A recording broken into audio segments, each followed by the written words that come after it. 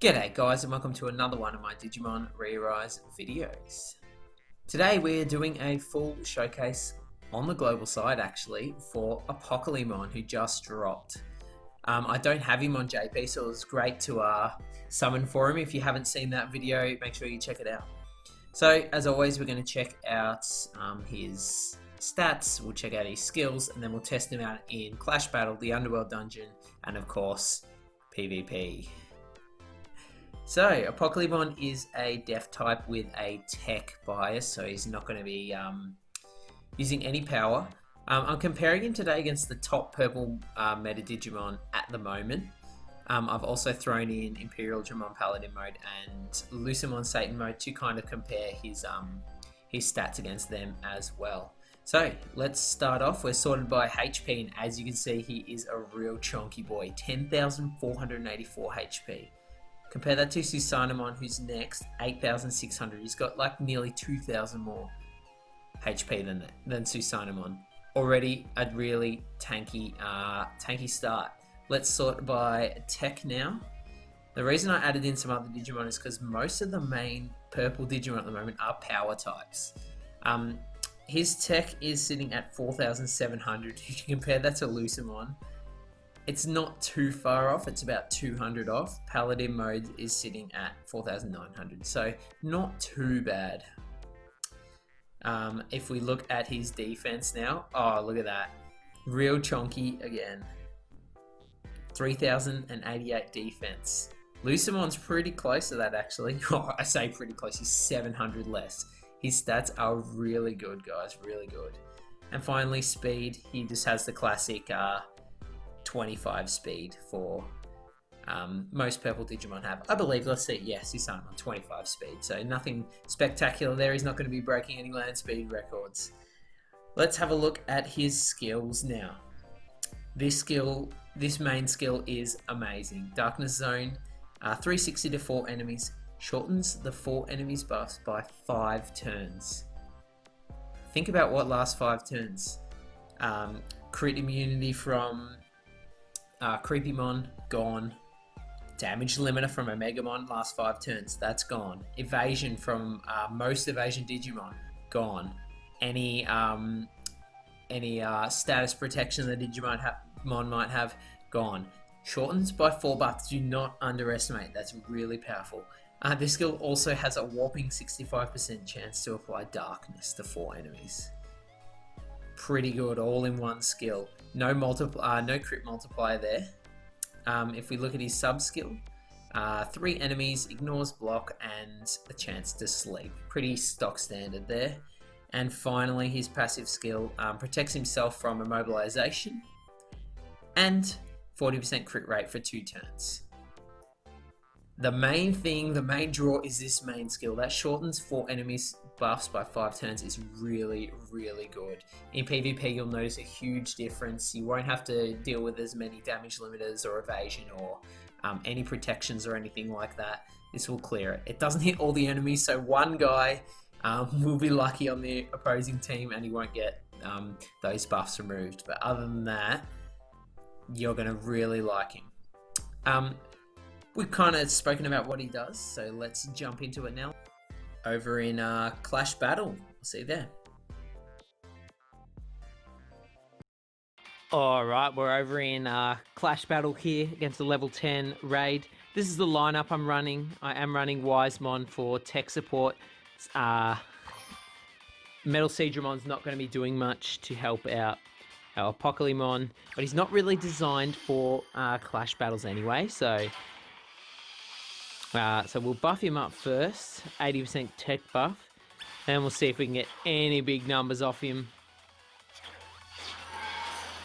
There we go, 56,000 with a crit, which is not fantastic numbers. This guy's specialty is not Clash Battle.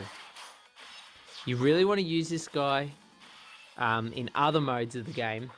He has no crit multiplier. He has no damage boosting effects apart from the 40% critical rate in his passive. His tech stats are pretty good, but they're not like outrageously high. He's really a utility Digimon.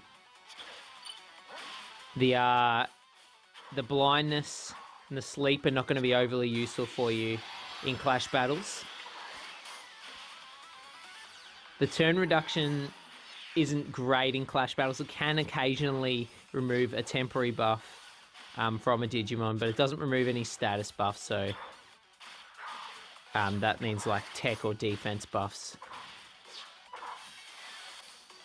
So look, this isn't his niche. He's okay. He's a good filler, but if you have harder hitting Digimon, definitely sub them in, especially if you're running a tech team. Later in the video, you will definitely get to see this Digimon shine. This just isn't the zone where he'll be doing that.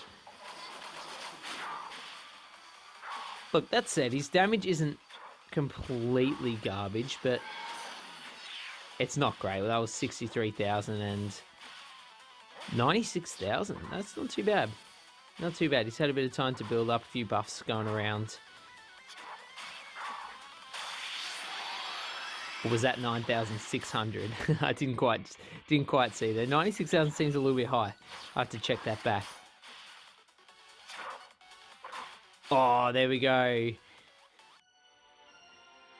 So there you go. That's his clash battle. We're going to jump over into the Underworld Dungeon now and see if he performs well there as well. All right, we're in the Underworld Dungeon here. This is the team I'm running. I know it's nothing spectacular. I've got my Apocalymon with a fair bit of crit and block, so he should be pretty tanky, and some revive and heals just to keep him alive.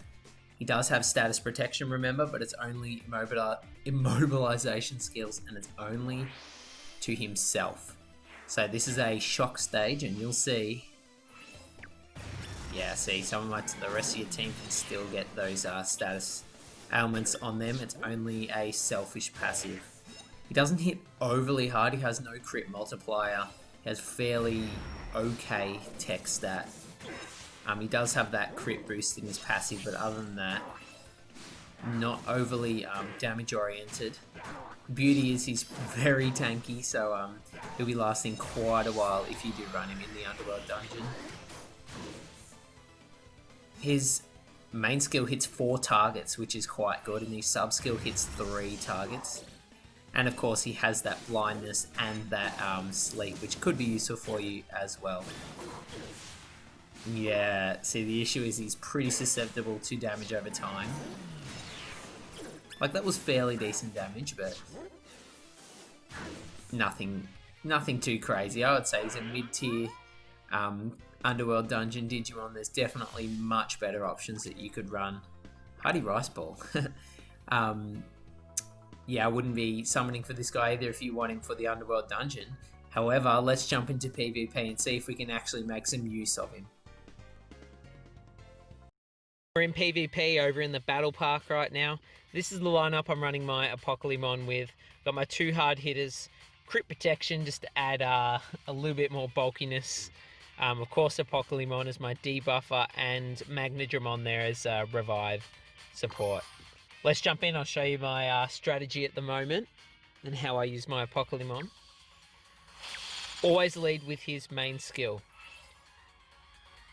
Have a look at how many buffs the enemy team has. So you can see we've got evasion on the Imperial Dramon, we've got crit protection, a whole lot of status protection. Use this skill, and those 4 Digimon that got hit by that skill, look at the difference. No evasion, heaps of difference, no crit protection on those 4 Digimon, and now I'm free to deal as much damage as I possibly can and try and wipe out the opposing team. That's his thing. That's his utility. It's that debuff that's so good on him. This is going to hurt. Oh, that hurt.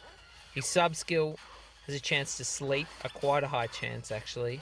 Not as high, 45%. His main skill has 65% blind. That's so good. Alright, now we just got to get rid of this super tanky ass Susanomon as we chip him to death here. Oh, 2 burns. That's not ideal. His critical buff's about to expire. Doesn't matter though. It's fully expired now. Wow, this is a super tanky Susanomon. Oh god. He put up a really good fight there. Most of his defense comes from his stats. His HP and his defense are so high, and he'll often be the last Digimon left. Crit protection from Creepymon is still really good, even though it can get dispelled now quite easily. Alright, same deal again. Oh, we missed the Imperial Dramon Paladin, so he's still got his evasion there. But the 2 Omegas, no damage limiters on them anymore. This is where Magna Dramon comes in handy. We lose Imperial Dramon to Fade. Not anymore, baby.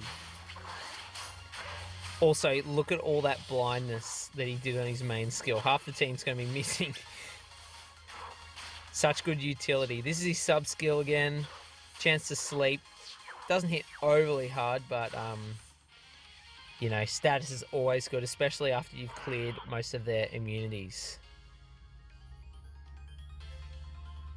There you go. I feel like that was a fairly good PvP showcase for Apocalymon on the global side. We really got to utilize that debuff or the buff remover skill 5 turns. Got to show off his blindness a little bit. Overall, if you're looking for a new PvP mon, if you're having a lot of trouble with Digimon with evasion or damage limiters or status protection, anything like that, a really, really good option. He doesn't get replaced for quite a while. There is a Digimon that comes a bit later that hits all Digimon with 5-turn buff reduction, but for now he's going to be useful for ages. Even without a boost, he's going to be really, really good. Hopefully this video has given you enough information so you can decide if you want to summon for Apocalymon or not. He's here for nearly 2 weeks after this video goes live, so you got a bit of time to summon for him if you want him. Definitely useful. Is he in the top trending yet? Not yet. It hasn't been enough time, but he'll be there soon. He'll be there soon. Trust me, he's really good. If you enjoyed this video, make sure you leave a like. Let me know if you're summoning for Apocalymon, if you already got him, and how he's performing for you. And I'll see you in the next Digimon ReArise video. Thanks, guys. Bye!